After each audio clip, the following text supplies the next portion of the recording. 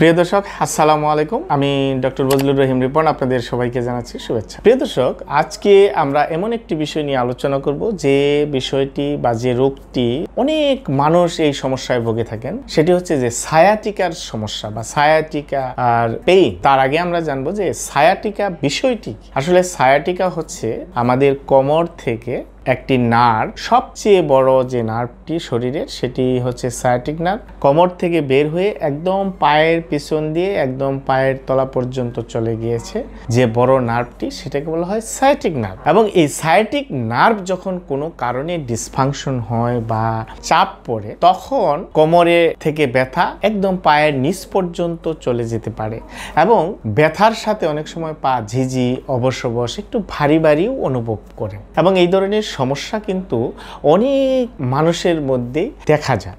এখন এই ধরনের সায়াটিকা আসলে কেন হয় বা এই সায়াটিক নার্ভের ডিসফাংশন বা সায়াটিক নার্ভের চাপটা কেন হয়, এর অনেকগুলো কারণ রয়েছে।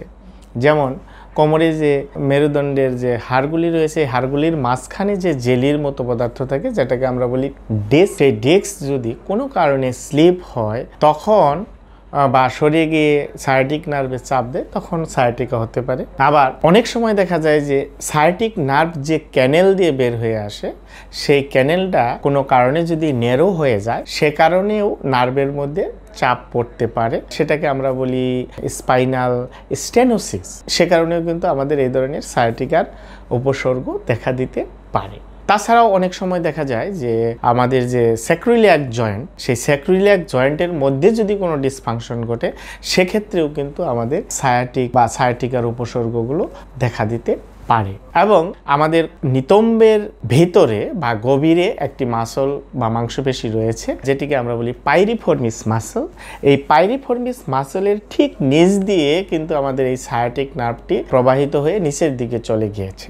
সেই পাইরিফর্মিস মাসলের মধ্যে যদি কোনো কারণে ডিসফাংশন হয়, তাহলেও কিন্তু এই ধরনের সায়াটিকা বা পায়ে ঝিঝি, অবশ অবশ, ভারী ভারী বা পায়ের ব্যথা হতে পারে। এখন প্রশ্ন হচ্ছে যে এই যে সায়াটিকার কারণে যে আপনার উপসর্গগুলি হচ্ছে, যে সমস্যাগুলি হচ্ছে, এই সায়াটিকার চিকিৎসাটা কি? সায়াটিকা তো আসলে একটি সিমটমস বা উপসর্গ বললাম, কিন্তু এই সায়াটিকা যে কারণে হয়, সেই কারণগুলি আমরা বললাম যে কি কি কারণে সায়াটিকা হতে পারে।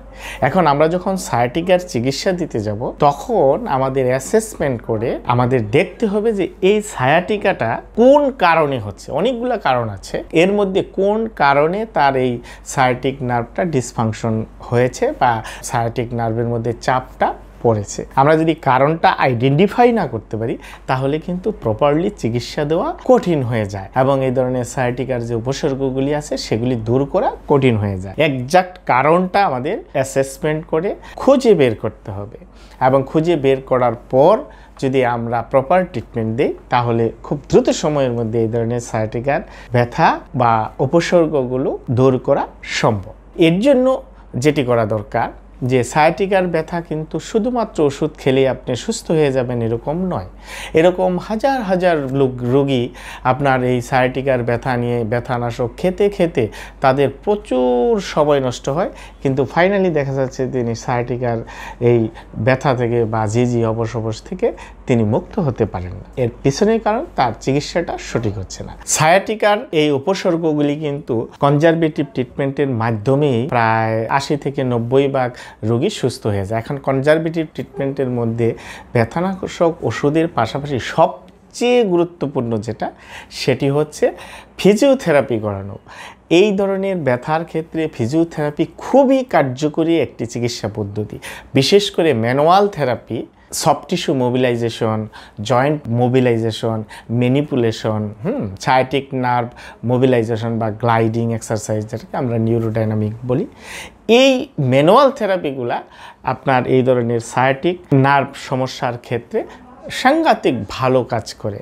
এর সাথে কিছু আমাদের লাইফস্টাইল মডিফিকেশন করতে হবে, জীবনযাত্রার কিছু পরিবর্তন করতে হবে, আমাদের চলা ফেরা, উঠা বসা, আমাদের পোস্টার কারেকশন করা, উঠা বসার সময় যে আমাদের শরীরের ভঙ্গিমা থাকবে সেগুলি ঠিক করা, তারপর আপনার ভারী জিনিস উঠানোর ক্ষেত্রে আমাদের কোমরটাকে সোজা রাখা, এই যে নিয়মগুলো আছে সেগুলি আমাদের মেনে চলতে হবে। যদি কারো অতিরিক্ত ওজন থাকে, সে ওজনটাকে নিয়ন্ত্রণ করা, এই নিয়মকানুনগুলো আমরা যদি মেনে চলি তাহলে সহজেই সায়াটিকার উপসর্গগুলো থেকে বা কোমর ব্যথা বা পায়ে ব্যথা বা পায়ে ঝিঝি এগুলি থেকে আমরা সহজেই মুক্ত হতে পারি। সুতরাং প্রিয় দর্শক, আপনারা যারা এই ধরনের সায়াটিকায় ভুগছেন, অর্থাৎ কোমরে ব্যথা কোমর থেকে পায়ের দিকে চলে যাচ্ছে, পা ঝিঝি করছে, ভারী ভারী লাগছে, অবশ অবশ লাগছে, তাদের প্রতি পরামর্শ থাকবে আপনারা একজন অর্থোপেডিক্স বা স্পাইন বিশেষজ্ঞ ডাক্তারের পরামর্শ নিতে পারেন, পাশাপাশি একজন বিশেষজ্ঞ ফিজিওথেরাপি চিকিৎসকের পরামর্শ নিতে পারেন।